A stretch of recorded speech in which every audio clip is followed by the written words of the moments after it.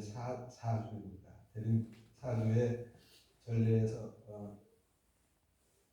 큰 변화는 마침내 대림초 4개의 빛이 다 키게 되죠. 이 대림초는 대림절의 가장 선명한 이미지인데, 어두운 보라색부터 흰색으로 연하게 점점 켜져서 완전한 흰색이 켜지는, 빛이 이제 다 우리에게 밝혀졌다 하는 그런 뜻이죠.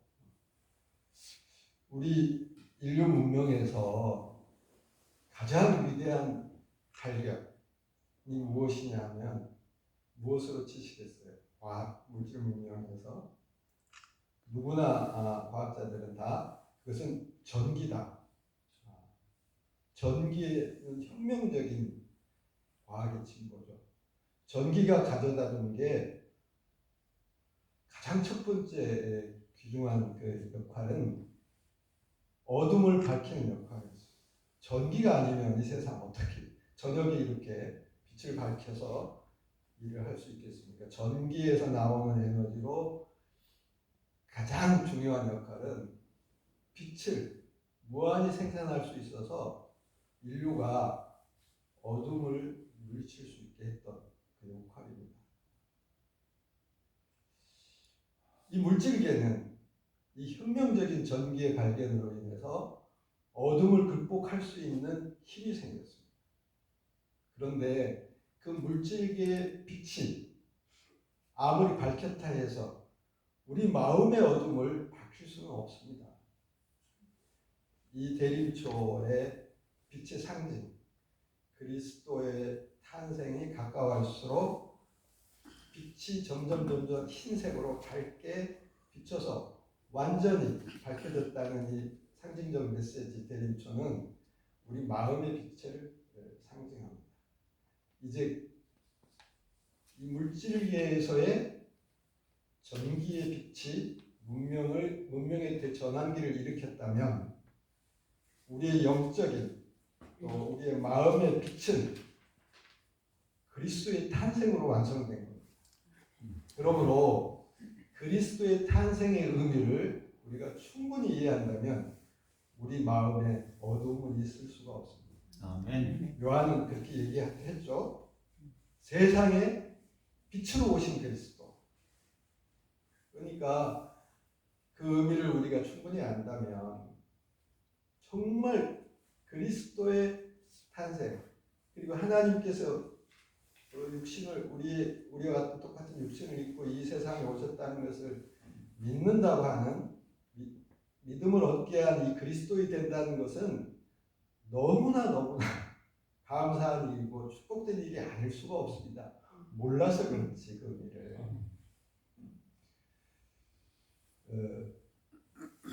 그래서 논란이, 도대체 이 그리스도는, 이 아기 예수의 탄생을 어떻게 우리가 받아들여야 될지, 거기에 많은 그리스도 교회 초기에 논쟁이 많았어요.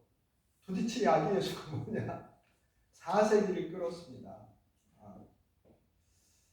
사도들의 직접적인 경험이 있잖아요. 거기서 함께 먹고 거닐고 얘기하고 나누었던 12사도들이 이건 무슨 지어낸 얘기가 아니라 함께 했던 그 예수님의 생애를 경험하고 그리고 십자가를 경험하고 부활을 경험했던 12사도들은 직접 경험했으니까 의심의 여지가 없는데, 이제 그래서 12사도의 교회들이 세계에 복음화하면서 그들을 또 간접적으로 사도적 경험을 간접적으로 경험한 사람들에게는 아무래도 사도들의 직접적인 경험보다는 얕을 거 아니에요. 전해 들은 거예요. 그러면서 사도들의 제자, 또 그 제자들이 이 로마 세계를 점령하고 세계적인 그리스도 교회가 12사도 교회들이 형성되면서 얼마나 많은 일들이 있었겠어요. 그 중에 하나가, 논의 중에 하나가, 그리스도는 그렇다 치더라도 그럼 마리아는 뭐냐? 인간이 하나님을 낳을 수 있지? 거기서부터 의견이 또 분분한 거예요.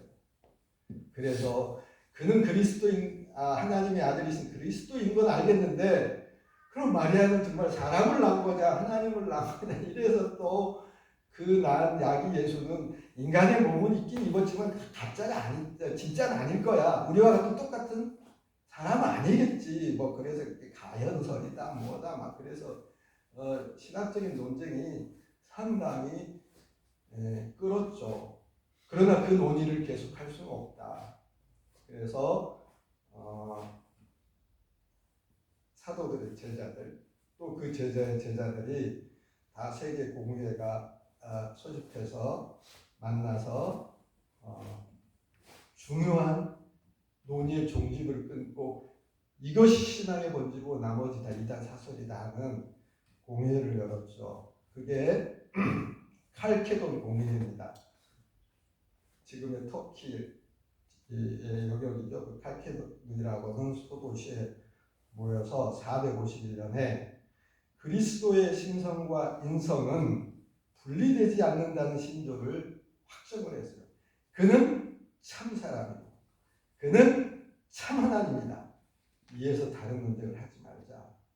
예수 그리스도는 완전한 인간이요 완전한 하나님이라고 고백하게 됐고 그 이후로는 이제 논의를 끊었죠.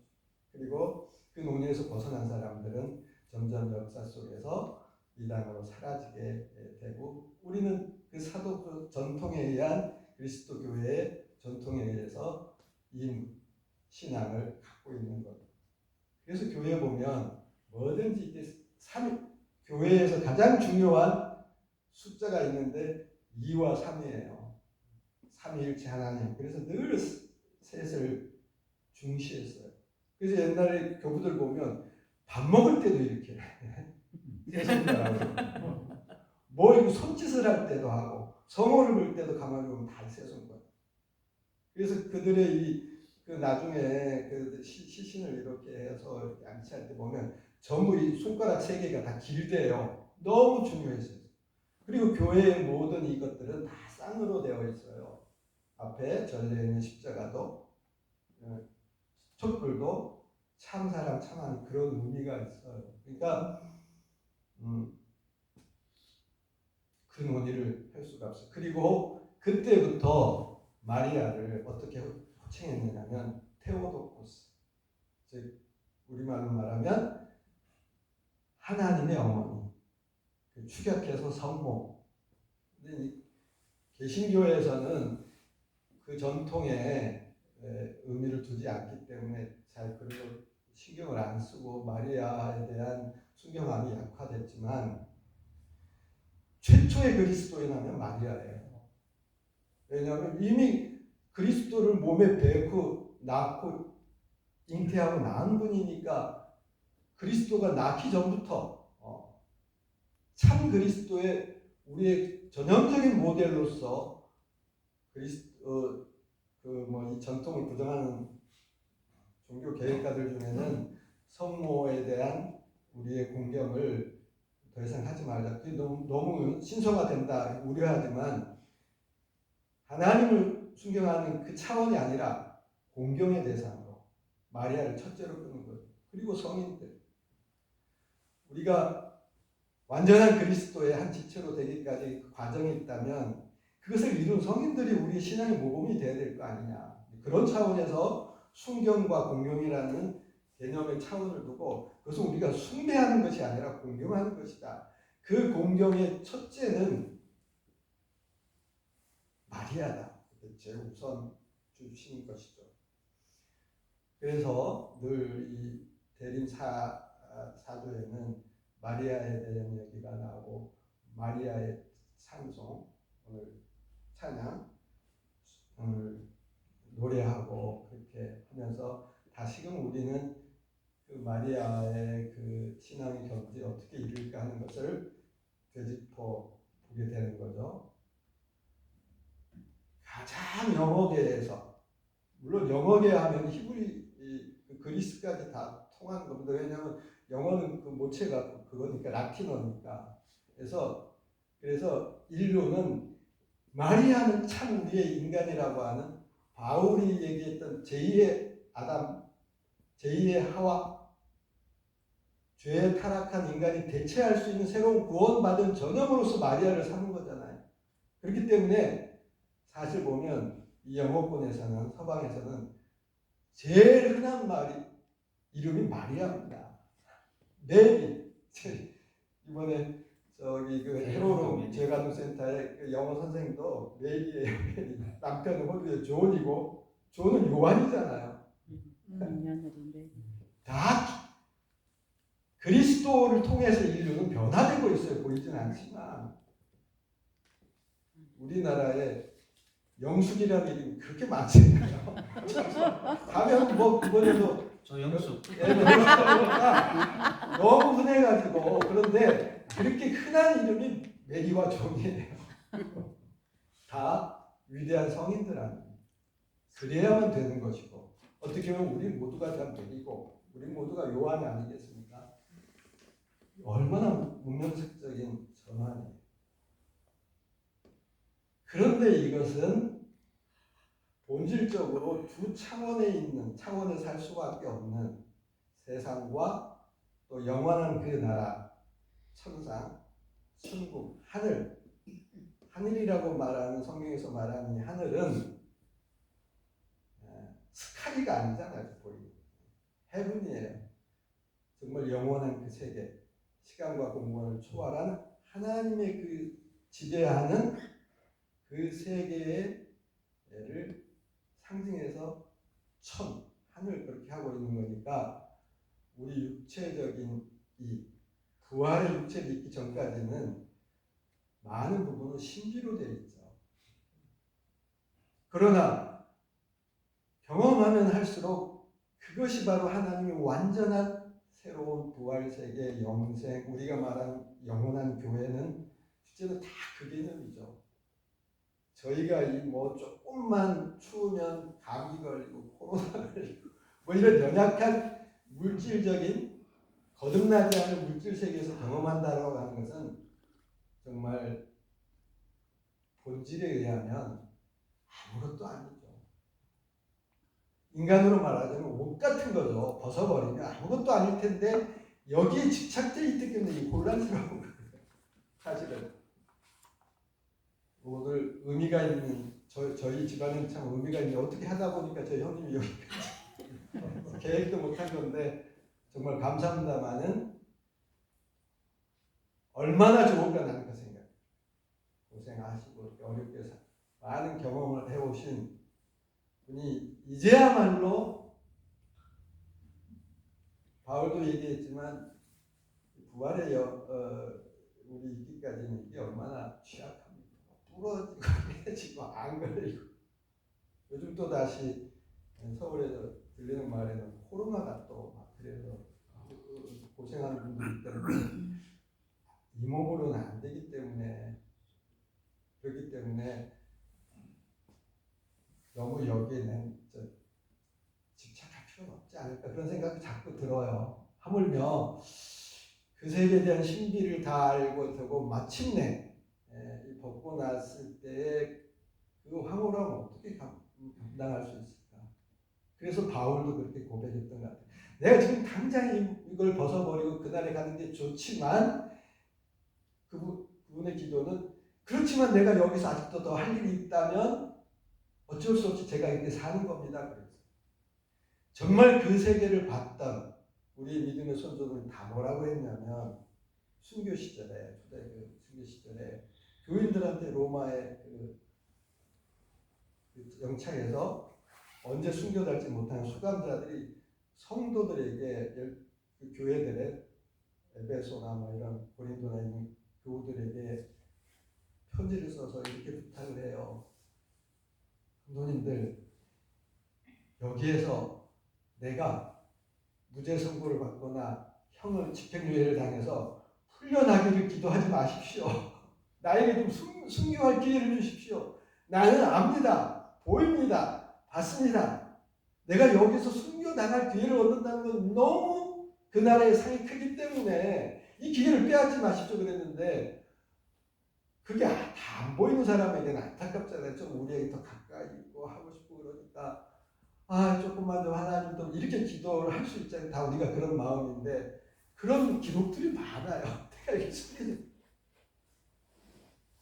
그 비유를 예전에 저희 신학 시절에 스승님이 그렇게 얘기했던 것 같아요. 개구리 가족이 어떻게 하다 보니까 옛날에는 우물이 깊잖아요. 우물 속에서 몇 대째 살게 된 거예요. 근데 예전에는 우물이 유대 지역도 그렇고 우리도 옛날 우물 보면 우물이 이렇게 열려 있으니까 뭐가 들어가잖아요. 그러니까 뚜껑이 있다 우물 뚜껑. 안 쓸 때는 열어서 닫아놓고 쓸 때만 이제 반쪽 열어서 들여박질하는 것도 덮고. 그러니까 이 개구리들이 거기서만 이 우물 안에서 살아서 개구리한테는 거기가 습기도 있고 물도 있고 좋은 환경이죠. 따라서 3대째 산 거예요. 어느 날 이제 애기 할아버지 이제 개구리가 우연치 않게 그 하늘 뚜껑이 열리는 걸 봤단 말이에요. 늘 하늘은 캄캄했잖아요. 근데 딱 들여박질을 하려고 어느 순간 어떻게 이렇게 봤나 봐요.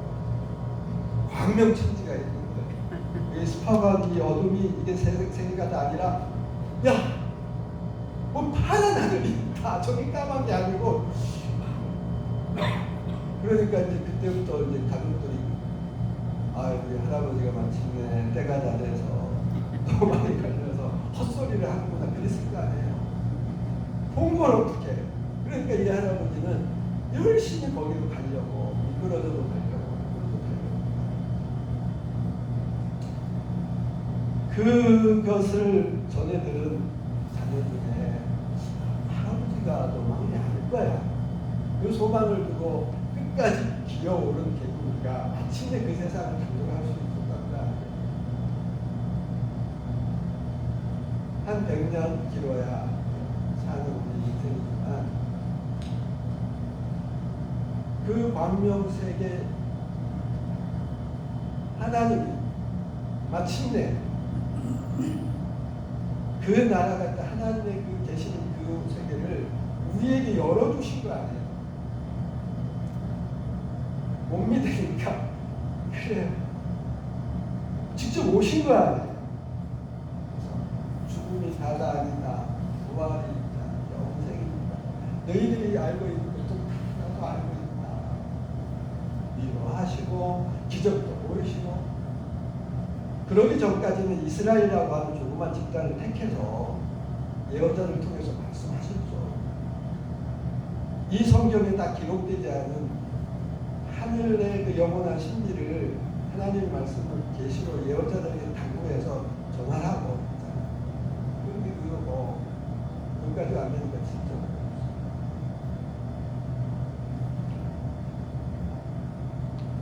그리스도로 인해서 그리스도는 참 말씀, 다시 말하면 우리의 말이 아니라 로고스, 하나님 자체의 계시에 완성된 계시.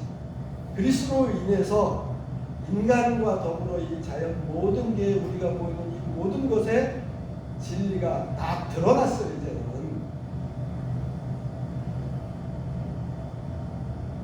믿는 사람들에게는 이렇게 수 있어요. 그래서 하나님 십자가에 달리신 그분이 얘기하셔서 다 이루었다. 그 말은 뭐예요? 이제 내가 할 게 없어요. 우리의 결단도 우리의 신앙만 있으면 되는 거예요. 그래서 지금도 안타까워하는 것이지 다른 건 없잖아요. 얼마나 우리의 믿음이 크고 영화로운 그 대세를 어떻게 만들었어요. 그러나 아직도가 아니라 세상 끝날까지 그럴 거라고 선택했습니다. 그럴 거예요. 그들은 이 세계에 모든 걸 다 걸고 여기에서 멸망시키고 작정한 사람들이 있어요. 그들의 목표는 어두운 세력이라고 대표하는 불칠하고 우리를 어둡게 해서 그들의 지배 아래 두고 인간에게 무한한 행복과 사랑을 하려고 하는 세력들이 있다고 부끄럽습니다. 그들이 무슨 기독교를 믿는다, 무슨 교회를 믿는다, 그다 안전한 거 알잖아요. 그 행위와 열매를 보면 알잖아요. 그러므로 이들에게는 빛이 알고 나니 알겠어요. 아는 사람만이 알아요.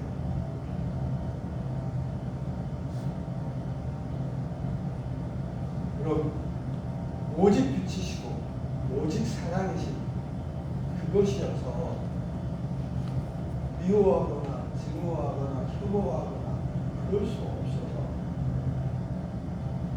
그래도 끝까지 품는 거죠. 부모님의 심정이 되면 알겠어요. 아무리 못난 자식, 아무리 막대 먹은 자식이라도 어머니는 뭐라고 해요? 야, 걔가 아직 몰라서 그렇지. 원래는 안 그래. 다 남들이 속까지라고 저놈은 아주 그냥 인간 말종이야. 그래도 어머니는 안타깝고 눈물 흘리면서도 걔가 원래 안 그런데 뭐예요? 쉬었어. 그런 거지.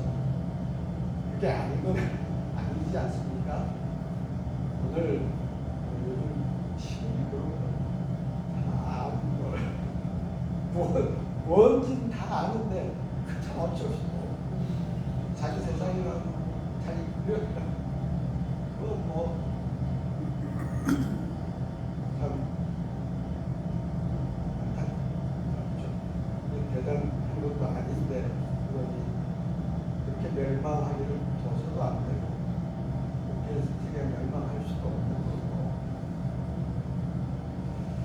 우리는 그 구름과 그 빛에 그래서 열려있는 그 하늘 안에 사실은